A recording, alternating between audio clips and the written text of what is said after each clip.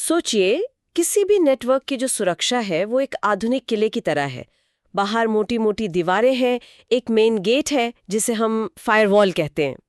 लेकिन उन खतरों का क्या जो भेस बदल कर अंदर आ जाते हैं, या उन जासूसों का जो शायद पहले से ही अंदर मौजूद है और बस सही मौके का इंतजार कर रहे हैं। तो आज हम इसी किले की खुफिया एजेंसी के बारे में बात करने वाले हैं, intrusion detection and prevention systems, यानी IDPS। हमारे पास 2026 के कुछ बहुत ही दिलचस्प तकनीकी विश्लेषण, वेंडर गाइड्स और अकादमिक पेपर्स हैं।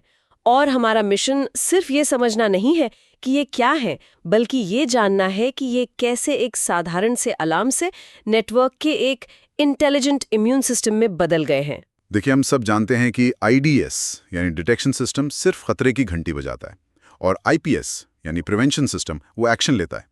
लेकिन 2026 में असली सवाल यह है कि क्या ये फर्क अब मायने भी रखता है जब हमले सेकंडों में होते हैं तो बिना रोकथाम के सिर्फ पता लगाना एक तरह से बेकार हो गया है। तो क्या IDPS बस इन दोनों को एक ही डिब्बे में बंद करने का एक फैंसी नाम है, या इसमें कुछ और भी है? ये एक बेहतरीन सवाल है, क्योंकि ये सीधे आज की हकीकत पर चोट करता है। सच तो ये है कि अब इंडस्ट्री IDPS और IPS शब्दों का इस्तेमाल एक ही चीज के लिए करती है। अच्छा, हाँ, वजह सीधी है, आज के दौर में डिटेक्शन बिना ऑटोमेटेड प्रिवेंशन के अधूरा है। आप सिर्फ ये जानकर कुछ नहीं कर सकते कि आपके घर में चोर घुस आया है। आपको उसे उसी पल रोकना होगा। तो हाँ, IDPS आज का स्टैंडर्ड है। ये एक ऐसा सिस्टम है जो जासूसी और बॉडीगार्ड दोनों का काम एक साथ करता है। तो ये तकनीक इस मुकाम तक पहुंची कैसे? मतलब ये रातों रात तो नहीं हुआ होगा? बिल्कुल नहीं। इसकी जड़ें तो 1980 के दशक में है, लेकिन असली क्रांति वो 1998 में हुई, जब मार्टिन रोश ने एक ओपन सोर्स IDS बनाया, स्नॉट। स्नॉट? हाँ, ये नाम तो सुना है। स्नॉट एक गेम चेंजर था, क्योंकि उसने इस तकनीक को सबके लिए मुफ्त और एक्सेसिबल बना दिया। पहली बार छोटी कंपनियां और रिसर्चर्स भी अपने नेटवर्क पर नजर रख सकते थे। इसने एक पूरी इंडस्ट्री की नींव रखी, सच कहूं तो। लेकिन स्नॉट तो मुख्य रूप से एक डिटेक्शन सिस्टम था, है ना? हम उस एक्टिव गार्ड वाली सोच तक कैसे पहुंचे? हाँ, स्नॉट ने दरवाज़ा खोला और फिर 2010 के दशक में हमने अगली पीढ़ी के फायरवॉल और स्टैंडअलोन IPS को देखा। ये सिर्फ सिग्नेचर्स पर निर्भर नहीं थे। इन्होंने एप्लीकेशन की पहचान, जैसे ये जानना कि ये ट्रैफिक फेसबुक का है या किसी डेटाबेस का, और यूज़र के व्यवहार पर भी ध्यान देना शुरू किया। यहीं से AI और मशीन लर्निंग के लिए ज़मीन तैयार हुई, जिसका असर आज हम 2026 में देख रहे हैं, जहां सिस्टम्स को इंसानी दखल के बिना मिलीसेकंड में फैसले लेने होते हैं। ठीक है, तो ये सिस्टम एक पैसिव अलार्म से एक एक्टिव गार्ड में विकसित हुए हैं। लेकिन एक गार्ड को ये पता कैसे चलता है कि कौन दोस्त है और कौन दुश्मन? खासकर जब दुश्मन भेष बदल कर आए, यहीं पर इनकी जासूसी करने की तकनीकें काम आती होंगी। ये एनालॉजी बहुत काम आती है। मान लीजिए किले की सुरक्षा के लिए हमारे पास 3 तरह के जासूस हैं, और एक अच्छा IDPS इन तीनों को एक साथ इस्तेमाल करता है। पहला है सिग्नेचर आधारित जासूस। इसके पास मोस्ट वांटेड अपराधियों की तस्वीरों वाली एक किताब होती है। जब भी कोई नेटवर्क से गुजरता है या उसकी शक्ल उस किताब से मिलाता है, अगर शक्ल मिल गई तो अलार्म बज जाता है। यह ज्ञात मैलवेयर, वायरस, इन सब के लिए बहुत सटीक और तेज है। लेकिन इसकी एक बड़ी कमजोरी है। ये सिर्फ उन्हीं अपराधियों को पकड़ सकता है जिनकी तस्वीर किताब में है। उन नए जीरो डे हमलों का क्या, जिनका कोई सिग्नेचर मौजूद नहीं है? बिल्कुल सही। यहीं पर हमारा दूसरा जासूस काम आता है, विसंगति आधारित जासूस। यह किले के अंदर के लोगों के व्यवहार को महीनों तक देखता है और सीखता है। इसे पता है कि कौन सा मंत्री किस समय दरबार में आता है, रसोइया सिर्फ रसोई में रहता है। ये एक नॉर्मल व्यवहार की बेसलाइन बना लेता है। लेकिन इसमें एक बड़ी समस्या है। आज के डायनामिक क्लाउड एनवायरनमेंट में नॉर्मल जैसा कुछ होता ही नहीं है। टीमें हर दिन नए सर्वर बनाती हैं, कोड डिप्लॉय करती हैं, डेटा का इस्तेमाल बदलता रहता है। ऐसे में ये सिस्टम वैध गतिविधियों को ही खतरा समझकर अलर्ट की बाढ़ नहीं ला देगा? सिक्योरिटी टीम इस शोर में असली खतरे को कैसे पहचानेगी? यह विसंगति आधारित सिस्टम की सबसे बड़ी चुनौती है, जिसे हम फॉल्स पॉजिटिव कहते हैं। और आप सही हैं, अगर इसे ठीक से ट्यून न किया जाए तो यह बहुत शोर पैदा कर सकता है। इसीलिए तीसरा जासूस सबसे ज्यादा बुद्धिमान माना जाता है, स्टेटफुल प्रोटोकॉल विश्लेषण। इसे ऐसे समझिए कि ये एक ऐसा जासूस है जिसे दरबार के सारे नियम और कानून जुबानी याद हैं। इसे ये पता है कि किसी भी बाहरी दूत को राजा से मिलने से पहले अपने दस्तावेज पेश करने होंगे। यह बातचीत के ग्रामर को समझता है। अगर कोई दूत सीधे शासन की ओर दौड़ने की कोशिश करता है, भले ही उसकी शक्ल मोस्ट वांटेड लिस्ट में न हो, ये जासूस तुरंत समझ जाएगा कि प्रोटोकॉल तोड़ा गया है। ये प्रोटोकॉल का दुरुपयोग पकड़ता है, जो बहुत शातिर हमलों को पकड़ने में कारगर है। तो ये एक मोस्ट वांटेड सूची, एक व्यवहार प्रोफाइलर और एक प्रोटोकॉल विशेषज्ञ का एक कॉम्बिनेशन है, जो सभी एक साथ काम कर रहे हैं। एक की कमजोरी दूसरे की ताकत बनती है। आपने बिल्कुल सही पकड़ा। आधुनिक आईडीपीएस की असली शक्ति इसी हाइब्रिड अप्रोच में है।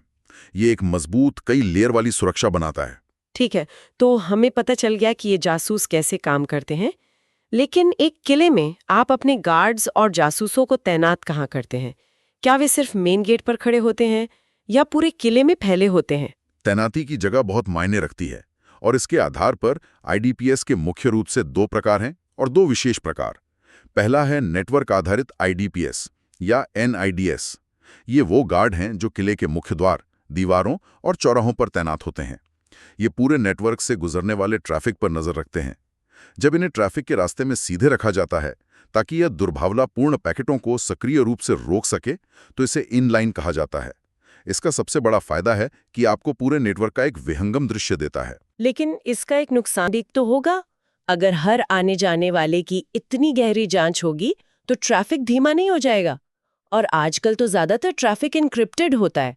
तो क्या ये गार्ड उस बंद चिट्ठी के अंदर देख सकता है? ये दोनों ही बहुत जायज चिंताएं हैं। इनलाइन एनआईडीएस एक बॉटलनेक बन सकता है अगर हार्डवेयर पर्याप्त शक्तिशाली न हो, और एन्क्रिप्शन इसकी सबसे बड़ी चुनौती है। अगर आप ट्रैफिक को डिक्रिप्ट नहीं करते तो एनआईडीएस के लिए वो ट्रैफिक अंधा है। यहीं पर दूसरा प्रकार, होस्ट आधारित आईपीएस या एचआईडीएस, अहम हो जाता है। ये राजा या रानी के निजी अंगरक्षक की तरह है। ये किसी एक महत्वपूर्ण कंप्यूटर या सर्वर पर इंस्टॉल होता है और उस मशीन के अंदर होने वाली हर गतिविधि पर नजर रखता है। कौन सी फाइलें खोली जा रही हैं, कौन से प्रोग्राम चल रहे हैं। अच्छा, सिस्टम की सेटिंग्स में कोई बदलाव तो नहीं हुआ। इसका मतलब ये उन हमलों को भी पकड़ सकता है जो नेटवर्क लेवल पर इंक्रिप्शन की वजह से पकड़ में नहीं आए, या शायद कोई अंदर का ही आदमी हो जो नुकसान पहुंचाना चाहता हो। बिल्कुल। एचआईडीएस अंदरूनी खतरों और उन हमलों के लिए असाधारण रूप से प्रभावी है जो नेटवर्क की सुरक्षा को पार कर चुके हैं। लेकिन इसका भी एक नकारात्मक पहलू है। कल्पना कीजिए कि आपके पास हजारों सर्वर हैं। हर एक पर एक एचआईडीएस एजेंट को इंस्टॉल करना, मैनेज करना और अपडेट करना एक बहुत बड़ा काम हो सकता है। तो एक का फोकस चौड़ाई पर है और दूसरे का गहराई पर। सही कहा। और इसके अलावा 2 विशेष इकाइयां भी हैं।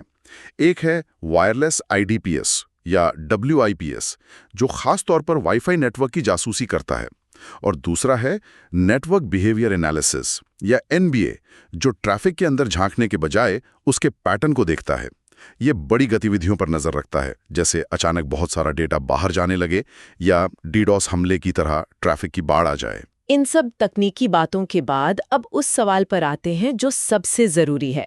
सुरक्षा की ये परत इतनी महत्वपूर्ण क्यों है? एक संगठन को इससे असल में क्या फायदा होता है?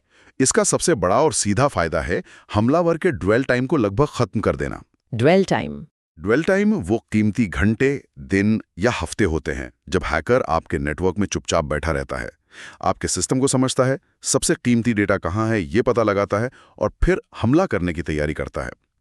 ज्यादातर बड़े डेटा उल्लंघनों में हैकर महीनों तक नेटवर्क में मौजूद रहते हैं। एक अच्छा आईपीएस इस ड्वेल टाइम को मिनटों या सेकंडों में लाकर हमले को शुरू होने से पहले ही कुचल देता है। वाओ! ये नुकसान होने के बाद अलार्म बजाने और नुकसान को होने ही न देने के बीच का फर्क है। और आपके स्रोतों में एक और दिलचस्प क्षमता का जिक्र है, वर्चुअल पैचिंग। ये सुनने में काफी आकर्षक लगता है, ये क्या है? ये शायद आईडीपीएस की सबसे शक्तिशाली क्षमताओं में से एक है। कल्पना कीजिए कि किसी अस्पताल के नेटवर्क में इस्तेमाल होने वाले सॉफ्टवेयर में एक 0 डे खामी का पता चलता है, जिससे मरीजों का सारा डेटा खतरे में है। डेवलपर का पैच आने में हफ्ते लग सकते हैं और इस दौरान अस्पताल के सर्वर बंद नहीं किए जा सकते। ये तो एक बुरे सपने जैसा है। बिल्कुल। यहीं पर वर्चुअल पैचिंग एक डिजिटल शील्ड की तरह काम करता है। आईडीपीएस के विशेषज्ञ उस हमले के पैटर्न का विश्लेषण करते हैं और एक नियम बनाते हैं जो खास तौर पर उस खामी का फायदा उठाने की कोशिश को पहचानकर ब्लॉक कर देता है। ये उस हमले के रास्ते को ही बंद कर देता है, बिना किसी सर्वर को बंद किए या कोड की एक भी लाइन बदले।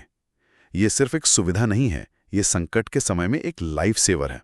ये सुनने में तो एक जादू की छड़ी जैसा लगता है, हम्म। लेकिन क्या इसका एक नकारात्मक पक्ष भी है? क्या इससे कंपनियां आलसी नहीं हो जाती, ये सोचकर के आईडीपीएस हमें बचा रहा है, इसलिए हमें असल पैच लगाने की जल्दी नहीं है? ये एक बहुत बड़ा जोखिम है और सुरक्षा टीमों को इस बारे में बहुत अनुशासित रहना पड़ता है। वर्चुअल पैचिंग एक स्थायी समाधान नहीं है, यह एक अस्थायी पुल है जो आपको स्थायी पैच लगाने तक का समय देता है। अगर कंपनियां इसे एक बहाने के तौर पर इस्तेमाल करने लगें तो वे अपने सिस्टम को लंबे समय तक असुरक्षित छोड़ रही हैं। यह एक टूल है, बैसाखी नहीं। समझ गई। इन सब के अलावा आईडीपीएस नेटवर्क में हो रही गतिविधियों की गहरी दृश्यता प्रदान करता है।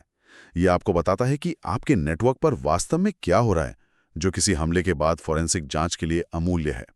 और यही दृश्यता संगठनों को हेपा जैसे नियमों का पालन करने में मदद करती है, जो अक्सर नेटवर्क की निगरानी को अनिवार्य करते हैं। यह केवल हमलों को रोकने के बारे में नहीं है, यह समझने और साबित करने के बारे में है कि आप अपने नेटवर्क की सुरक्षा के लिए उचित कदम उठा रहे हैं। तो अगर हम सब कुछ समेटें तो आईडीपीएस एक साधारण अलार्म सिस्टम से विकसित होकर एक बुद्धिमान, सक्रिय इम्यून सिस्टम बन गया है। ये अलग अलग जासूसी तकनीकों का इस्तेमाल करता है, किले में सही जगहों पर तैनात होता है और सिर्फ खतरे की घंटी नहीं बजाता, बल्कि हमलावर के पहुंचने से पहले ही पुल ऊपर खींच लेता है। बिल्कुल, आईडीपीएस का विकास सुरक्षा की सोच में एक बड़े बदलाव को दिखाता है। हम स्थिर दीवारें बनाने से आगे बढ़कर अपनी डिजिटल दुनिया के लिए एक अनुकूलनीय, सीखने वाली और खुद को ठीक करने वाली प्रतिरक्षा प्रणाली बनाने की ओर बढ़ रहे हैं। आगे की असली चुनौती सिर्फ ज्ञात हमलों का पता लगाना नहीं है, बल्कि उन खतरों का अनुमान लगाना और उन्हें बेअसर करना है जिनका अभी तक आविष्कार भी नहीं हुआ है। और ये हमें आज के अंतिम विचार के लिए छोड़ जाता है। जैसे जैसे एआई हमले और बचाव दोनों में ज्यादा शामिल होता जा रहा है, एक सिस्टम के लिए वास्तव में सुरक्षित होने का क्या मतलब है? जब एक एआई डिफेंडर ट्रैफिक को ब्लॉक करने के लिए एक पल में फैसला लेता है, तो आखिरकार कौन जिम्मेदार होता है अगर वो गलती करता है और एक महत्वपूर्ण व्यावसायिक संचालन को बंद कर देता है?